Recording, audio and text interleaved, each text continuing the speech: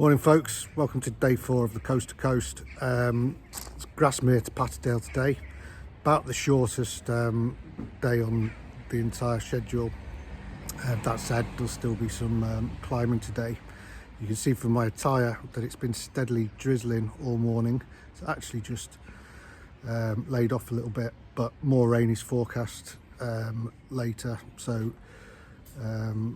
we've gone for all the wet weather gear. I've even put the, actually you can't see, but my backpack comes with its own nifty raincoat as well, so I've put that on today. It got a little bit wet inside on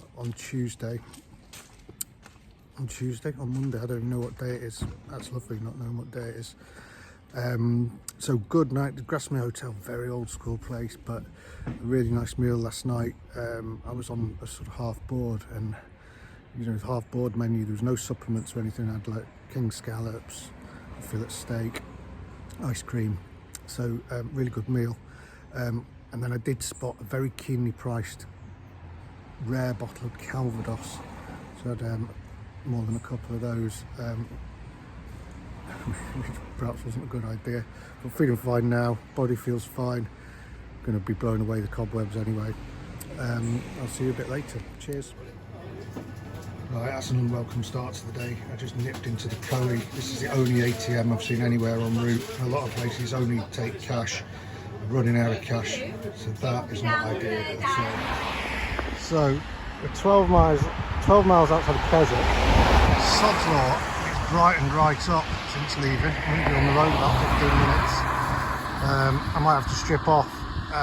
Getting a bit warm already with this waterproof on.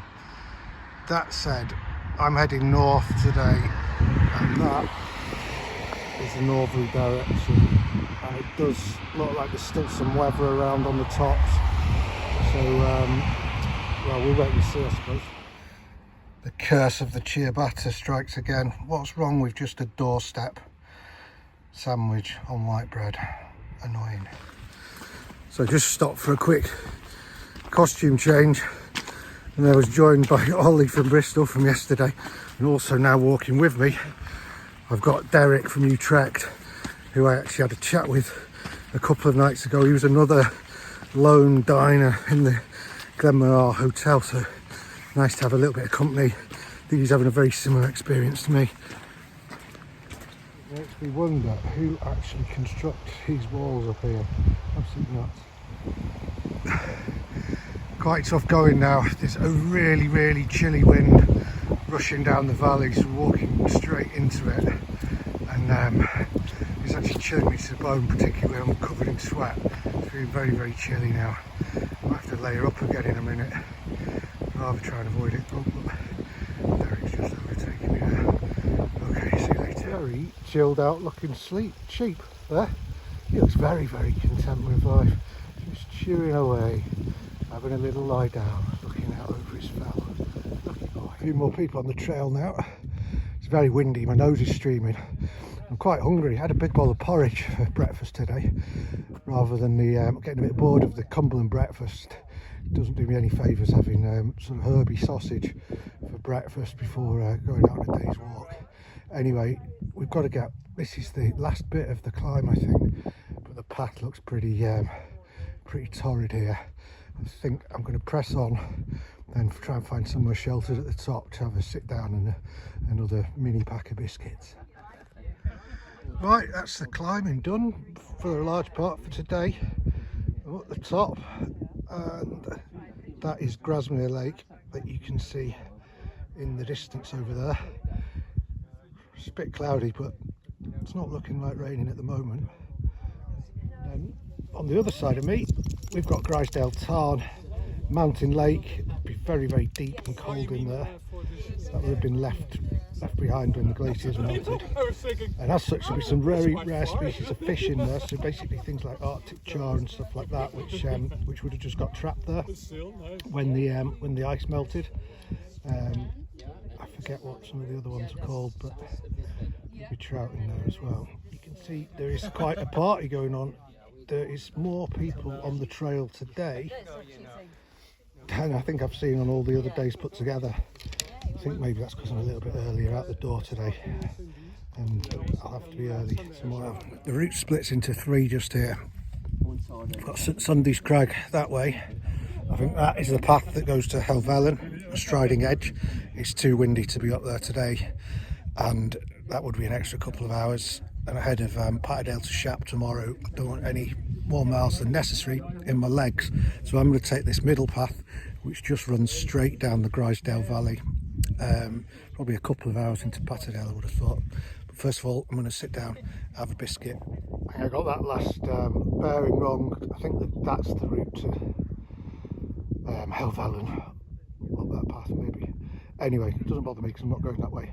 I've just had a good chat with everybody, dispensed with my photographic duties, and this is the path we're taking down towards the Grasmere Tarn. Really quite icy wind now. I think my gloves are in Mum and Dad's car, so that's not going to help. On we go. Right, get an even better view of Grasmere Tarn from this angle. As you can see, it's one of the larger mountain tarns in the Lake District. A Swedish bloke has just asked me if I've bought my trunks to go and have a dip in it. He must be mad. It's freezing, even stood up here on the path. I bet that water's only a couple of degrees above freezing. So I'm about a quarter of the way down the Grasmere Valley. You can see the beck there which we crossed at the head of the tarn. Basically following that, I think that goes into Ullswater at Patterdale, possibly Glenriddin. Now what this video doesn't do justice to is the sheer steepness of this next bit. You can see the chap ahead is taking it very, very slowly, and I've got to be honest, my knees are absolutely screaming, and it's going down. It's actually, at least as far as the knees are concerned, it's actually worse than the climbing sometimes.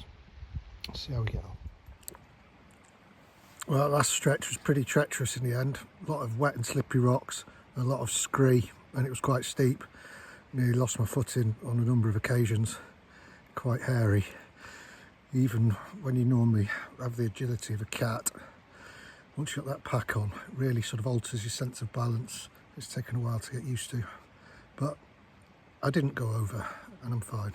So on we go. The next bit looks a lot flatter. So I'm going to stop, have sort of 10 minutes with the pack off, another bicky, and then we'll be on to the last stretch for the day.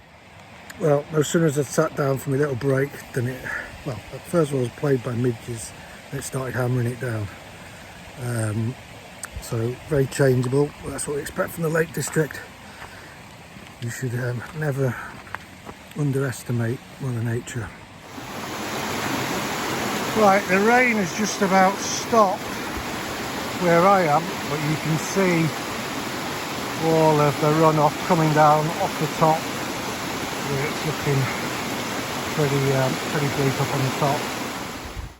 Right, I've just spotted my first road in about 5 hours.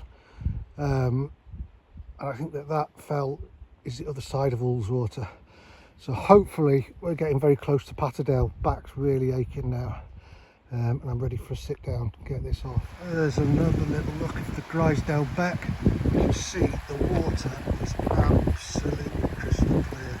It's flown all the way down the valley from the tarn that we saw a couple of hours ago. Oh, bugger. So we're on the very last stretch into Patterdale. That's the public footpath through there. And all these blooming cows are just looking at me, menacing me. I mean, look at this one, just staring me out. I'm a bit worried if I open the gate, they might all just leg it. This is a concern. It's a massive field. I don't know why the farmer's chosen to feed them there. Oh, right, man. That's a better view of Ullswater. You can just see this steamer, I think just setting off. One of the piers is down there. It's only a few months ago I was fishing just a mile round the lake to the left there with Grandad Michael and the kids. 2 days just stood in the rain, drowning worms and not really catching anything. Still fun though. Anyway, fun fact incoming. Ullswater, that's actually a Norse word and it just means bend in the water. So that's a wrap for another day. 14 kilometres today, stage 4. it's quite hard going, actually a bit more climbing than yesterday. We were back up at beyond sort of the 2,000 feet mark. I'm now at the Patterdale Hotel. I'm just enjoying a pint of Wainwright, named after the man himself. It's obviously brewed by Thwaite, which is a Blackburn brewer. I always wondered why they'd named their flagship beer Wainwright, but actually it turns out that that's where he lived before he moved up to Cumbria. So there you go. Anyway, that's me for today. Thank you for watching my channel. I hope you enjoyed it. I'll catch you on the next one.